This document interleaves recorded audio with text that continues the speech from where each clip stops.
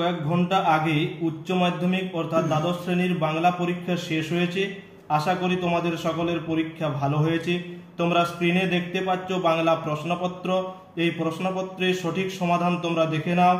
তোমাদের সকলের পরীক্ষা কেমন হয়েছে তা কমেন্টে অবশ্যই জানাবে। প্রশ্নপত্রের সিরিয়াল আলাদা হতে পারে, কারণ অনেকগুলি সেট তৈরি করে তোমাদের পরীক্ষা নেওয়া হয়েছে, সেহেতু সাবধানতার সঙ্গে প্রশ্নের উত্তরগুলো মিলিয়ে নাও। চলো শুরু করি।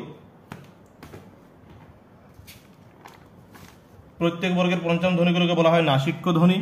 স্টাইল হলো নিষ্কাশন। সংস্কৃত শব্দটি কটি ব্যঞ্জন ধ্বনির সমাবেশে গুচ্ছ ধ্বনি হয়েছে? 4টি। খণ্ডধ্বনির নাম বিভাজ্য ধ্বনি। এটি একটি আমার ছাত্রের প্রশ্ন সেট, তাই অনেক কাটাকাটি করে ফেলেছে। বাংলায় 2টি ব্যঞ্জন ধ্বনির সমাবেশে তৈরি গুচ্ছধ্বনির সংখ্যা 200টির বেশি। সি স্তম্ভ মেলাও, এটা সি এরটা, এটা হবে 7-এর এ, 8-এরটা ডি,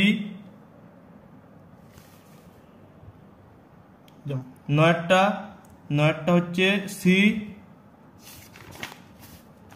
10-এরটা হবে সমার্থকতার উদাহরণ পাখি, পক্ষী, খেচর, বিহঙ্গ, আনন্দ, হর্ষ, পুলক, প্রফুল্লতা, এটা হবে অপশন বি। জরিমানা মুকুবের জন্য মুক্তার মহাশয় কত টাকা ব্যয় করেছিলেন? 1700 টাকা। আদরণী মারা যাওয়ার পর মুখোপাধ্যায় মহাশয় কতদিন জীবিত ছিলেন? 2 মাস, কারণ 2 মাস পরে মারা গিয়েছিলেন। আদালত অবমাননার জন্য মুক্তার মহাশয়ের জরিমানা 5 টাকা। জয়রাম মুখোপাধ্যায় কত টাকা দিয়ে হস্তি কিনেছিলেন? হস্তিনী কিনেছিলেন 2000 টাকা দিয়ে। ধর্মকবিতাটির মূল গ্রন্থ হচ্ছে অন্ধকার লেখাগুচ্ছ। আমাদের 4 হাত 4 চোখে হবে। বাংলা ভাষায় অর্ধস্বরধ্বনির সংখ্যা 4টি। হিন্দি গান, রবীন্দ্রনাথের হিন্দি গানের শূন্য মোট 77টি ধ্রুপদ রচনা হয়েছে।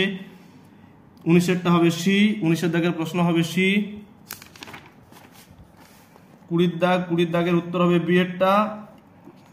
প্রথমেরটা সত্য, তারপর দ্বিতীয় তৃতীয় মিথ্যা, চতুর্থ আবার সত্য।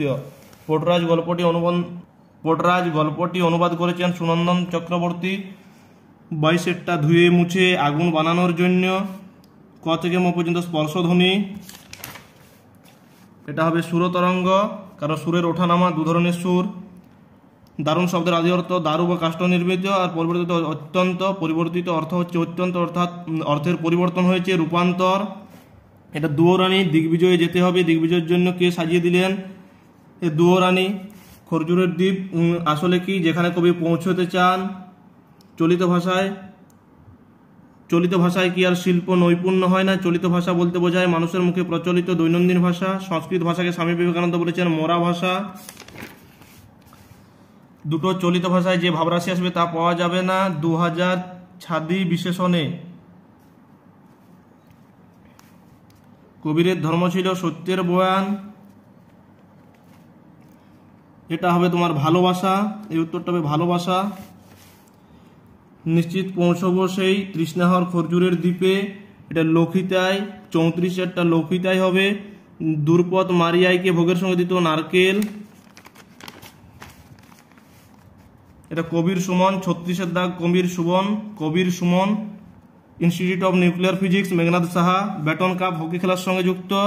আদর যাওমা, এটা বামুনহাটের মেলায় যাওয়ার কথা বলা হয়েছে। আর এটা নিপীড়িত।